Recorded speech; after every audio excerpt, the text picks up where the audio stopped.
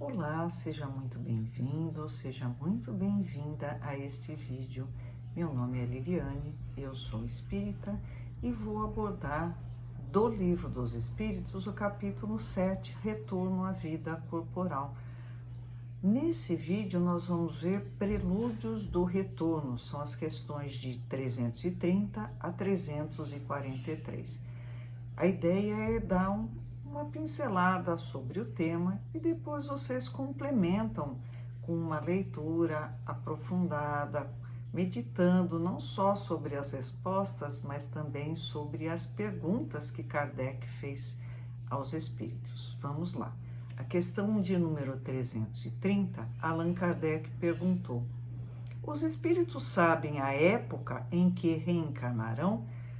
Vamos resumir. Sou um espírito imortal, já existia antes do meu nascimento e vou continuar a existir depois da minha morte.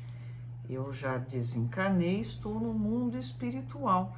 Eu sei quando eu vou voltar a encarnar. Quando vai ser isso? Qual é o período que eu vou passar na erraticidade, que é como nós chamamos o plano espiritual, que na verdade é a morada real do espírito?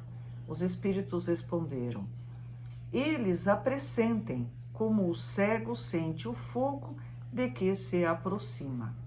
Sabem que tem de retomar um corpo, como sabeis que tendes de morrer um dia, mas ignoram quando isto acontecerá.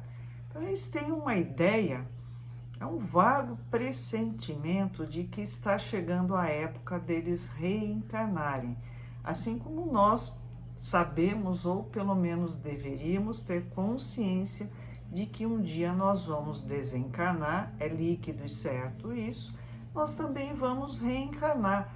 Até quando? Até que a gente alcance a perfeição, que vai demorar um pouco no meu caso. 330A. Então, a reencarnação é uma necessidade da vida espiritual, como a morte é uma necessidade da vida corpórea? Kardec falou: poxa, então todo mundo morre, todo mundo reencarna, é uma necessidade? Os espíritos responderam de maneira curta e grossa: certamente, assim é. Ponto final, acabou a conversa. É isso mesmo, né? Então nós morremos, voltamos para a pátria espiritual, permanecemos lá o tempo que houver necessidade e depois voltamos a reencarnar. A questão de número 332 é assim: o espírito pode antecipar ou retardar o momento da sua reencarnação? Eu posso lá, estou desencarnadinha, olha, sabe como é que é? Eu queria ir antes, eu estou com pressa, eu posso ir antes? Ou então fico com medo, bate um desespero, olha, eu não queria ir agora, dá para esperar um pouquinho?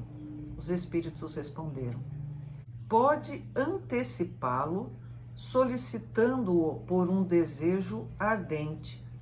Pode igualmente retardá-lo, recuando diante da prova, pois entre os espíritos também há covardes e indiferentes.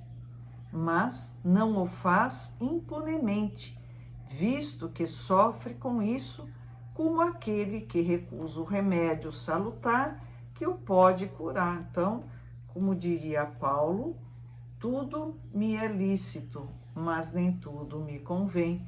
Eu posso adiar minha reencarnação por medo ou por não estar nem aí, mas tem as consequências. Questão 334. A união da alma a este ou aquele corpo é predestinada ou só no último momento é feita a escolha do corpo que ela tomará? Então, a gente tem que entender que as perguntas são didáticas, não é que Kardec não soubesse isso. Então ele perguntou: olha, bom, eu estou lá bonitinho, vou reencarnar, e aí o corpo, já tem um corpo que vai ser meu ou é na hora cato o primeiro que tiver na frente, né? A gente sabe que é bem mais complexo que isso. Vamos pensar desde os espíritos mais inferiores, que não têm a menor condição de escolher, porque eles não têm conhecimento, o livre-arbítrio deles é muito restrito. Então, outros espíritos decidem por eles e, principalmente, a lei de causa e efeito é presente com bastante vigor e ela dá o planejamento desta reencarnação.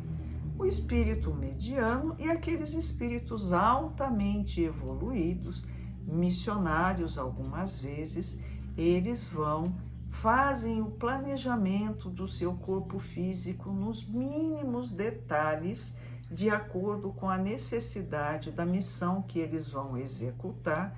Por que eles planejam o perispírito? Porque é o perispírito que vai moldar, né? Ele vai moldar a formação do corpo físico.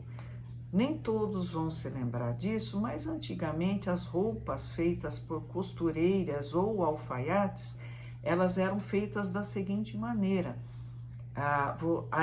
Você ia lá, ela tirava as suas medidas, fazia um molde, a partir do molde é que se cortava o tecido para se costurar a peça. Uma comparação mais ou menos, o perispírito ele é moldado, vai influir na formação do corpo físico, que é de acordo com as necessidades do espírito que está encarnando. Então, de maneira alguma haveria um improviso. Na criação nada se improvisa, não haveria de ser na escolha do corpo físico. Os espíritos responderam: o espírito é sempre designado previamente. Tendo escolhido a prova que deseja sofrer, ele pede para reencarnar. Ora, Deus, que tudo sabe e tudo vê, já sabia com antecedência que tal alma se uniria a tal corpo. Se vocês quiserem ter uma visão um pouquinho melhor sobre o processo de reencarnação, eu sugiro a leitura do livro Missionários da Luz, de André Luiz, com a psicografia de Chico Xavier, onde é detalhado um processo de reencarnação de Segismundo. Muito interessante, uma leitura que eu recomendo bastante. A questão de número 339 é a seguinte: o momento da encarnação é acompanhado de perturbação semelhante à que o espírito experimenta ao desencarnar. Nós sabemos que no momento do nosso desencarne, nós vamos sofrer um período de turbulência, né? De perturbação, e quando acordarmos no mundo espiritual, essa perturbação vai permanecer. No reencarne é também assim? Os espíritos respondem: muito maior e, sobretudo, mais longa. Pela morte, o espírito sai da escravidão. Pelo nascimento, entra para ela. Nesse livro é descrito um processo, inclusive, interessante do ponto de vista espírita, porque o perispírito se une a óvulo e espermatozoide, fecundam, formam o ovo, o perispírito se liga a ele. A partir do momento que o perispírito se liga a esse ovo, ele começa a passar por um processo de involução.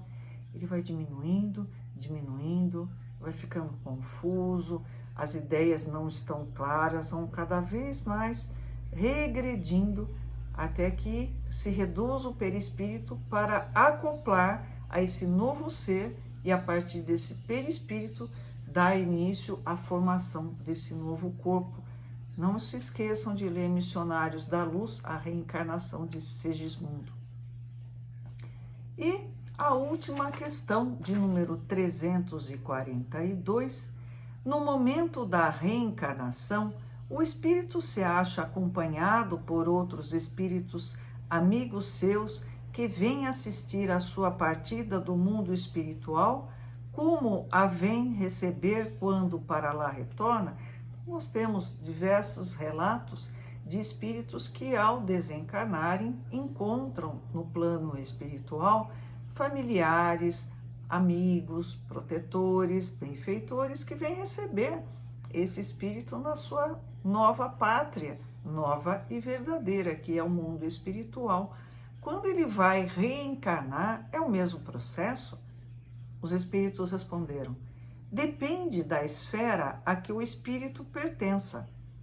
Se está nas esferas em que reina a afeição, os espíritos que o amam acompanham-no até o último instante, encorajam-no e muitas vezes até lhe seguem os passos durante a vida.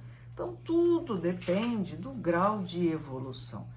Os espíritos evoluídos que fizeram um círculo de amizades grande no plano espiritual, eles são acompanhados desses espíritos que vêm não só para dar um apoio moral, mas também para acompanhar essa nova encarnação. Por enquanto é só, não percam o próximo vídeo. Obrigada.